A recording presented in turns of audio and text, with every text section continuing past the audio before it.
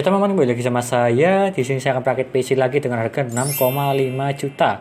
6,5 juta ini standarnya Core i3 10105F dan juga GTX 750 Ti Lord Cashplank yang second ya, bukan yang baru. Karena emang Lord Cashplank tersebut tidak ada yang baru kalau menurutku, atau setauku sih nggak ada yang baru lah, adanya second semua. Yang dimana di sini PC-nya sudah saya rakit, yang dimana saya menggunakan casing DLM21 yang sangat bagus sih kalau menurutku dari segi casingnya dan juga dari segi warnanya putihnya ini. Rekomend sih kalau yang ini salah satu casingnya. Dan di sini part-partnya semua. Ada beberapa yang tidak ada seperti contoh kartus dari RAM dan juga VGA-nya, karena memang RAM-nya tersebut saya belum belinya second.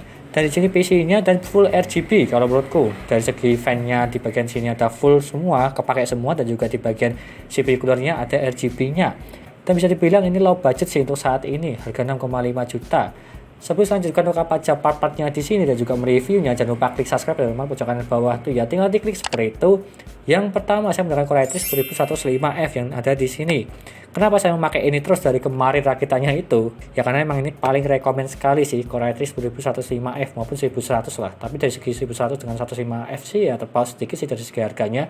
Dan juga performanya ya hampir sama sih, hanya terpaut sedikit juga. Jadi yang rame adalah ini 1105F dengan harga 1,260.000. Harganya turun-turun terus sih kalau yang ini prosesornya.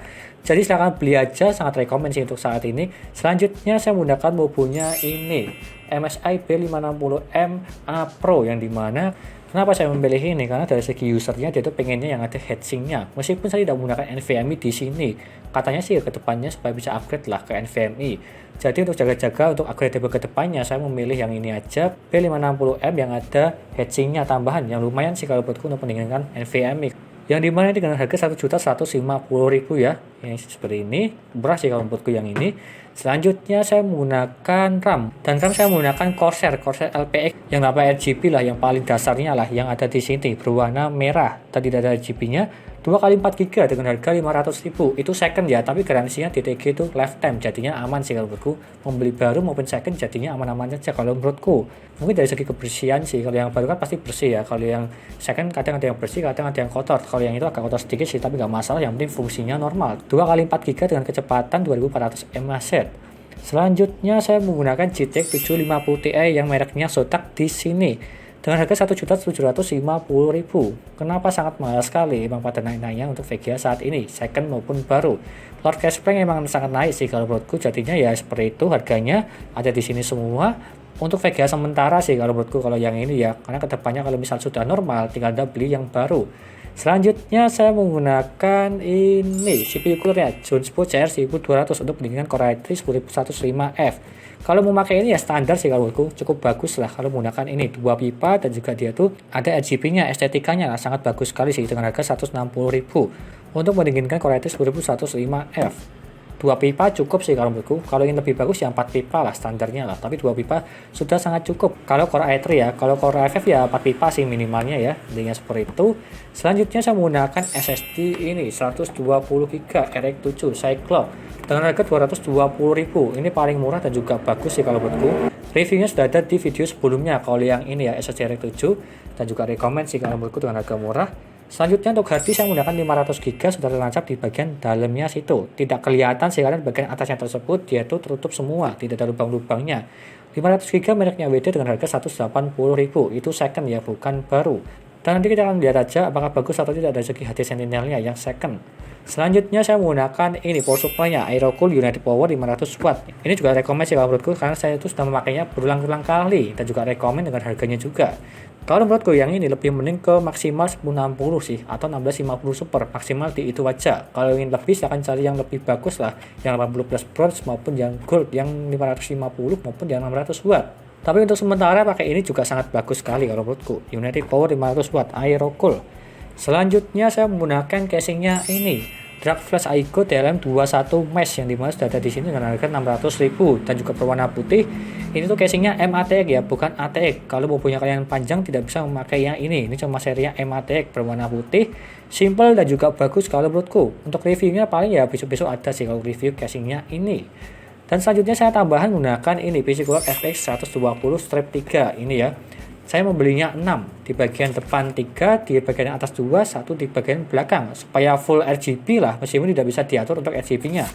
Tetapi yang bagus dari fan-nya ini, dia tuh RGB-nya sangat menarik sekali atau sangat cerah lah jika dibandingkan dengan bawaan casing atau free dari casingnya lah.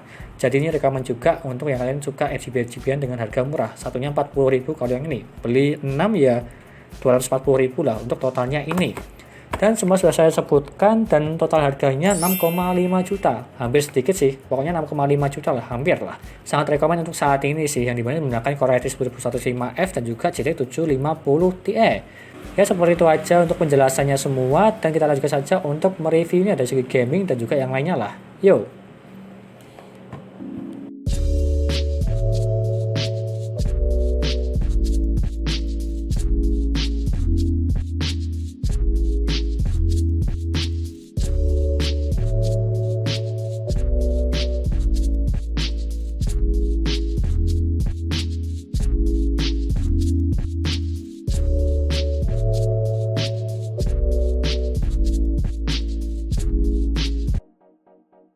Lalu yang pertama dari segi booting Windows-nya ini bisa menggunakan SSD RX 7 dan kita tunggu aja seberapa cepat dia bootingnya.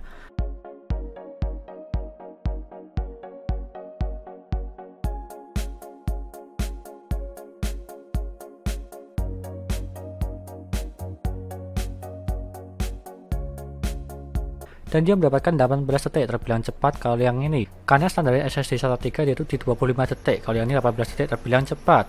Selanjutnya di HD Sentinel untuk mengecek kesehatan dan juga performanya. Yang pertama dari segi SSD-nya dulu, dia itu 100% semua dari segi performa dan juga kesehatannya, dan juga not-nya dia itu perfect, dan juga suhunya 30 derajat terbilang dingin kalau yang ini. Selanjutnya di hard disk-nya, dia itu juga sama 100% semua dari segi performa dan juga kesehatannya, dan juga not-nya dia itu perfect, dan juga suhunya 35 derajat, yang dimana saya menggunakan WD second ya, bukan baru untuk yang ini, terbilang dingin lah.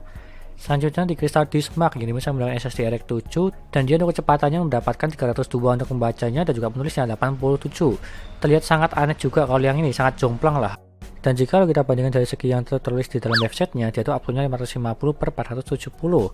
Dari segi membacanya dia itu hampir 250. Dan juga menulisnya dia itu hampir sampai 300. Sangat jauh juga kalau yang ini. Selanjutnya di HP monitor untuk mengecek dari segi suhunya, ini bisa menggunakan Core i3 115F dan juga Johnspot CR 1200. Untuk minimalnya tidak apa-apain di desktop mendapatkan 30 derajat terbilang dingin kalau yang ini, dan juga maksimalnya di 74 derajat, yang dimana saya tes di Cinebench R15 5 kali berturut-turut. Agak panas sih kalau yang ini, jarang-jarang dia itu sampai ke 70-an lah, biasanya sih di bawah 70 derajat kalau yang ini. Selanjutnya di Cinebench R15, yang dimana saya OpenGL mendapatkan 104 fps, yang dimana saya menggunakan GTX 750 Ti dan juga CPU-nya 914 GB. Selanjutnya dari segi gamingnya, GTA 5 1080p dan juga settingan normal, dia itu rata-ratanya mendapatkan 97 fps, masih sangat nyaman juga kalau yang ini masih di atas 60 fps di settingan normal atau rata kiri lah kalau yang ini. Selanjutnya di Genshin Impact 1080p dan juga settingan medium, dia rata-ratanya mendapatkan 55 fps. Kalau yang ini pada saat rame maupun lawan monster dia itu ke 50-an fps lah, tapi rata-ratanya di 55 fps pada saat bertanding. Kalau pada saat sepi atau tidak ngapa-ngapain dia itu ke 60 fps untuk yang ini. Selanjutnya di PUBG Steam 1080p settingan very low, dia rata-ratanya mendapatkan 75 fps, masih di atas 60 fps kalau yang ini, dan juga settingan rata kiri supaya mendapatkan 60 fps ke atas. Selanjutnya di Apex Legends 1080p dan juga settingan low, dia rata-ratanya mendapatkan 68 fps untuk yang ini, masih di atas 60 fps di settingan rata kiri untuk game Apex Legends. Selanjutnya di Dota 2 1080p settingan high, dia rata-ratanya mendapatkan 85 fps, masih sangat nyaman juga kalau yang ini di rata kanan masih di atas 60 fps. Yang terakhir dari segi gamenya Resident Evil 6 1080p settingan low, dia rata-ratanya mendapatkan 42 fps. Kalau GTX 750 Ti dia itu kurang cocok sih untuk bermain game Resident Evil 6. Meskipun masih di atas 30 fps, tetapi minimal di 1050 maupun 1050 Ti lah, supaya lebih lancar untuk bermain game Resident Evil 6 di atas 60 fps. Yang terakhir dari segi dayanya, yang dimana untuk minimalnya tidak ngapa-ngapain di desktop atau idle, dia itu mendapatkan 52 watt, terbilang irit kalau yang ini. Standarnya di 50-an lah untuk idle.